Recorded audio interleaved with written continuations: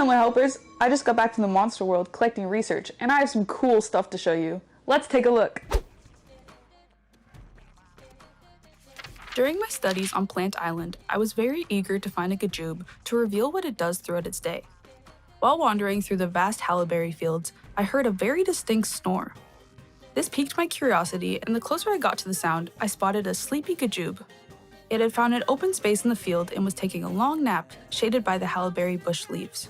My motivation to wake it up to learn more slowly faded away as I saw it peacefully sleeping, thinking it was in the process of teleporting to a mythical island, and maybe even creating its dream mythical.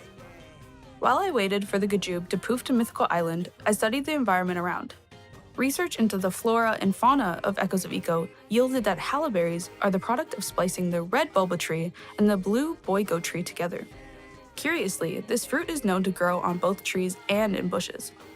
Another quirk is that the red and blue parts of the fruit each taste differently from each other. As we can see, gajubes are drawn to hailberry fields because of the shade the gigantic bushes offer. And when we ask why they like sleeping so much, the mythicals replied, "Living is easy with eyes closed." The Strombonen is known to be a drifter, a monster of the waves, so I anticipated I would catch sight of the Strombonen floating on an ice floe that surrounds Cold Island. While studying the monster from the shore, the monster remained stoic against the onshore freezing winds, intensively gazing at the crystalline moon. Held by the Strombonen is the Strombone, a companion who works to bellow turbulent disciples. Both of these creatures were completely enamored by the crystalline lit sky, so much that they didn't know I was gazing at them inquisitively. While examining the pair from behind the Cold Island glaciers, I could hear a low hum. As the hum turned into a quiet melody, I noticed the Strombonen swaying ever so slightly from side to side. The Strombone was the source of the congenial croon, who seemed to be soothing its larger half with a calming chorus. Perhaps this was some sort of bedtime routine. After hearing about the exclusivity of the VIM room at DJ Epic's Clubbox, I knew I had to see it for myself. Sneaking in was rather easy. All I had to do was wear some socks and sandals and do a bad fur corn impression. And just like that, I found myself in the VIM room.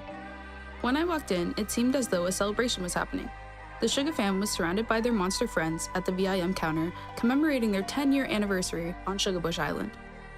The monsters were enjoying some refreshments, including tropical slime. Clearly, it was a monster favorite. I took a risk and sipped my own cup of tropical slime, and I can confirm it is both tropical and slimy. Remaining unnoticed, I move on to the monster buffet. It was funny how the food on the buffet was mostly untouched. That really surprised me. But then I realized that this is some rather healthy food for a party, so maybe next time they should serve a big salad for these party monsters. Then, I heard a jukebox turn on and a crowd gather around. I always wondered what the monsters do when they're not singing on their islands. It turns out they sing karaoke. I saw Sugavox absolutely nailing it, which came as no surprise. The crowd of monsters was cheering and dancing. It seemed like the Sugar fam were frequent patrons to this VIM room, probably due to their monster celebrity status. Before I could learn anything else about the VIM room, a large security MPRAT came in to check VIM access badges, so I hastily stuffed my pockets with cookies and skedaddled out of there. I definitely have to get on the list next year. As soon as I heard rumors about this celestial ascension, I knew I had to get to the monster world to collect some more information. Right when I landed on Celestial Island, I spotted a Scaritar in the wild. I found it very interesting to watch the Scaritar from afar as it continuously polished its instrument. From a closer examination, it seemed as if the monster was using some sort of cast-iron cloth to polish its instrument. As Scaritar is a celestial of the poison element, it was not surprising that this creature in fact utilizes a special toxin to infuse the cloth, which leaves its instrument wood with a unique glimmer. Based on how pristine this monster's instrument looked, we can assume it spends most of its time fixated on taking diligent care of its prized possession. Surely, the Ascended Scaritar is making up for the fact that its musical apparatus was prodded on the ground for such a long time. It was quite a mystery when first studying the Ascended Scaritar as to where its insect companions had relocated. From this adventure in the monster world, I unraveled that these small insects were key into the evolution of adult Scaritar's opulent instrument. These small insects taught young Scaritar how to harness its element and utilize its special toxins to transform its instrument into a more ornate version. As an act of thanks, these wise bugs were awarded a spot to live in the hollow of Ascended Scartar's instrument.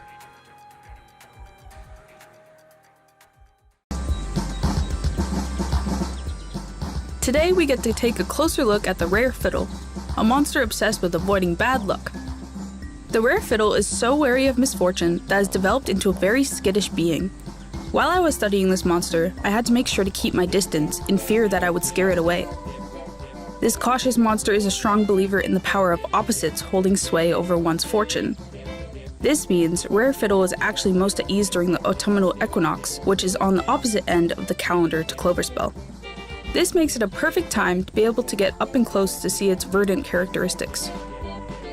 Interestingly, the stones and minerals found on Fairy Island possess different magical properties. From the power of providing monster inner peace, revealing inner beauty, or even enticing laughter, these rocks provide a great value to the harmony on Fairy Island. The individual power of these stones working together makes an array of positive energy and synergy, which is similar to the unification of monsters singing together. Since these semi-precious stones have loose power of positivity, Rare Fiddle uses them as amulets or talisman in an effort to ward off any misfortune that may allure its way. Now let's hope Rare Fiddle has a lucky rest of the year.